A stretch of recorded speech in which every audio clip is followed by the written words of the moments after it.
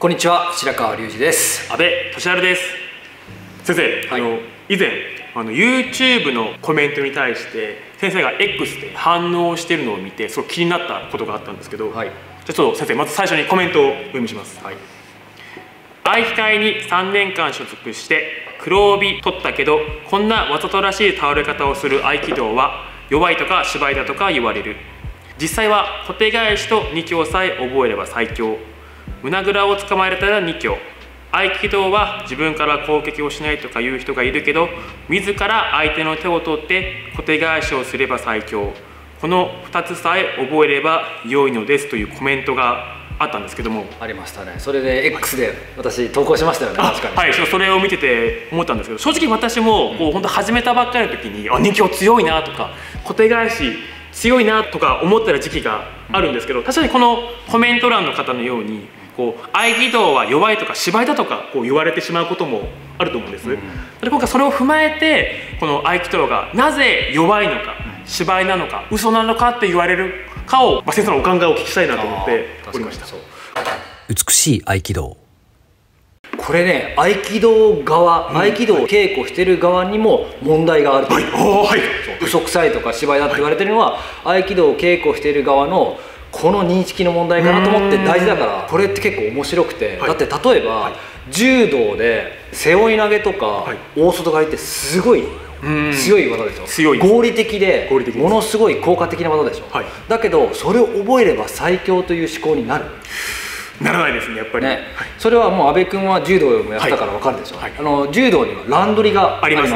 乱取りで攻防があるので、どんなに技を覚えても投げるまでの過程がものすごい難しいことが分かる。どっかにその発動させるためにそこに崩して持っていくかがやっぱり。で型稽古っていうのは一方で投げる人と受け身を取る人に完全に分けるので、ある種一方通行だけど、その分型稽古の良さっていうのは老若男女誰もが安全に稽古できる。だから合気道で言えば世界中にこれだけ広がっているっていうのは、型稽古で性別問わずに誰もが安全に技の形を覚えることができる。それがもう合気道の素晴らしさだけど、デメリットとしてこのように型稽古さえできれば体重差関係なく簡単に技ができると勘違いしてしまう可能性がある。そこが大きなデメリットであって、やっぱりその型稽古とかですので、もう効が省かれているところを他の人が見るからなんか嘘っぽくなってしまうみたいな。型稽古ってこの技をやるよっていう流れの中で受け取ってるから、嘘くさいよとか言われるのもあるし、合気道をしている側も実際に勘違いしちゃう。確かにありますね。だって自分から攻撃すればいいっていうけど、どうやって相手の手取るの？パンチとかすごいでしょ。こう来たら取れる、引きもあるしパンチ、そういう稽古をしてるんだったらいいよ、せめて。型稽古の中でそういう稽古もないですよ。で自分から取ればいいっていうけど、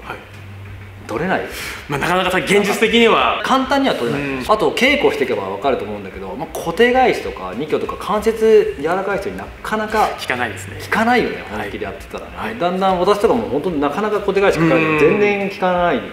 そんなことやってんだとバーンって足払っちゃうぐらい。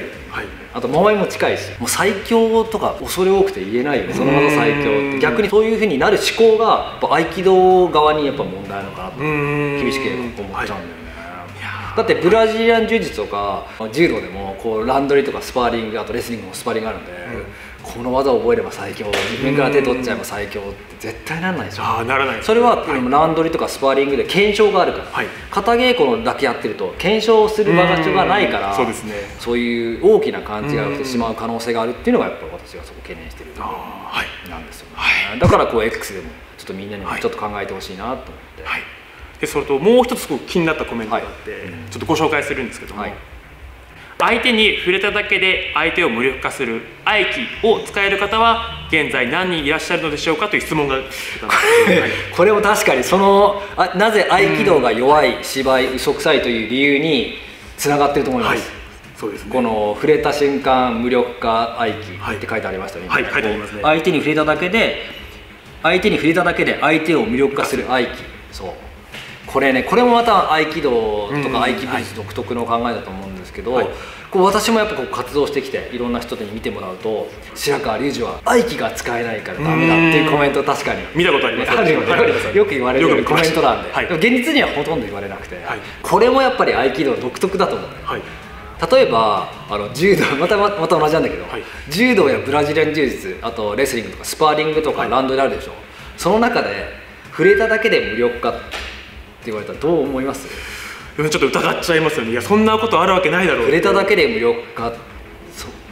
ってこうやって柔道とかでもこうガッと上げるでしょ。あとはブラジリアン柔道で関節とか決められるじゃん、はいはい、いっぱい触れてるじゃん、はい、その中で無力化とか出てくる？いや、思わないですね。接触点で、はい、でも本当に真剣に稽古してて、はい、一気にこう無力化するってちょっと現実的に考えにくいですよ。はい、そうですね。その狭い世界で狭い視野で見てるからすぐできちゃうんじゃないかなと思うんですよね。実際海外の方はどうなんですか？海外の人で私ものすごい強い、はい、もうバックグラウンドがレスリングとかサンボとかムエタイとかの人たちとやっぱ稽古するのよ。ゴリゴリですか？ゴリゴリの人たちが作るのよ。その中でまあ無力化っていう話も絶対出ないし、まあ、全く言わないし、やっぱこう柔らかい身体操作に興味があってやっぱ投げられて感動してくるので、触れた瞬間無力化どうですか先生とかまあ言われないし、もうやっぱものすごいこう強い力できてガンガン決めてくるのよ。それを先生がいかに合理的に柔らかく投げるかっていう、それをやっぱり柔らかくこう技でテクニックで投げるからこう感動してやっぱセミナーに乗ってくれたりしてるので、やっぱその世界とはまた別の世界線だよね。ちょっと違いますよね。ちょっとやっぱ海外の人から見たらそういう人いないよね、はい、逆にちゃんとした物理法則だったり合理的な技やるから私はもうこう認められてこう世界の人たちにこう来てください、はい、この先生の技素晴らしいですよとか言われますよね。やっぱね 2,3 年前も空洞の演舞だったりこの前のエクスポの、はい、ジャパンマーシャルアーツエクスポ、はい、演舞だったりこうやっぱゴリゴリのガチガチにやってる人の前でこう演舞されるじゃないですか、やっぱりあそこで演舞できるっていうのがやっぱりなんでしょう、他の武道や格闘技をやってる方からも納得できるようなこう秋尾先生目指されてるのかなと思って。確かにそうですよね。格闘技実際に自分の人生かけて真剣に殴り合ったりこう締め合ったりってやってる人たちの中で、触れたら無力化するような合気道を演舞の場所で見て本当に納得するのかって言ったらほとんどの人、なんだこれ嘘くせえなって思うよね。だから本当にこう他の格闘技の人たちから見てもこれやっぱり合気道ってすごいなとかすげえ合理的だな、納得できるような、もう本当他武道の人が他の格闘技の人から見てもこう納得していただけるようなこう合気道をするのがやっぱりこうやって合気道が嘘くさい芝居じゃないっていうのをやっぱりこう払拭できる、ね、そのために先生はそのためにこう私やっぱこう一生懸命稽古してて。こう合気道嘘くさいとか芝居だとか言われるの本当に悲しいので、悔しいですよね。悔しい、もう本当これだけ真剣に稽古やって、私もやっぱり格闘家と同じで人生かけてこう合気道を本当にやってるので、その中で他の格闘技の人とか他の武道の人が見ても恥ずかしくないような合気道、納得していただけるような合気道をやるように目指してます。はい、いやかっこいいですね。はい。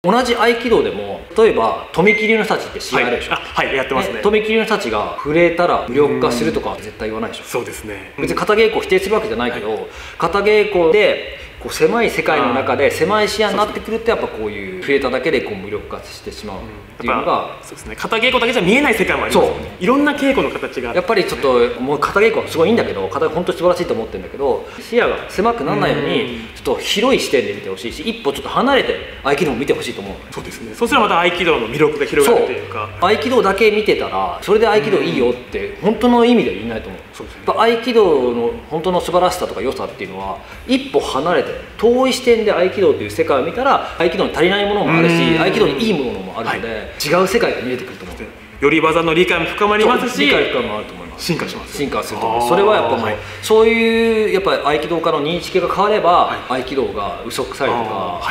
芝居だとか言われないと思う。だって今の最初のコメント欄に戻るけど、これ他武道の人聞いたらどう思います？固定返しとか2強さえ2強決まれば最強って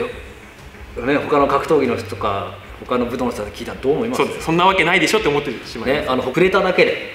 無力化しますよって言われたらどうします？ちょっとね、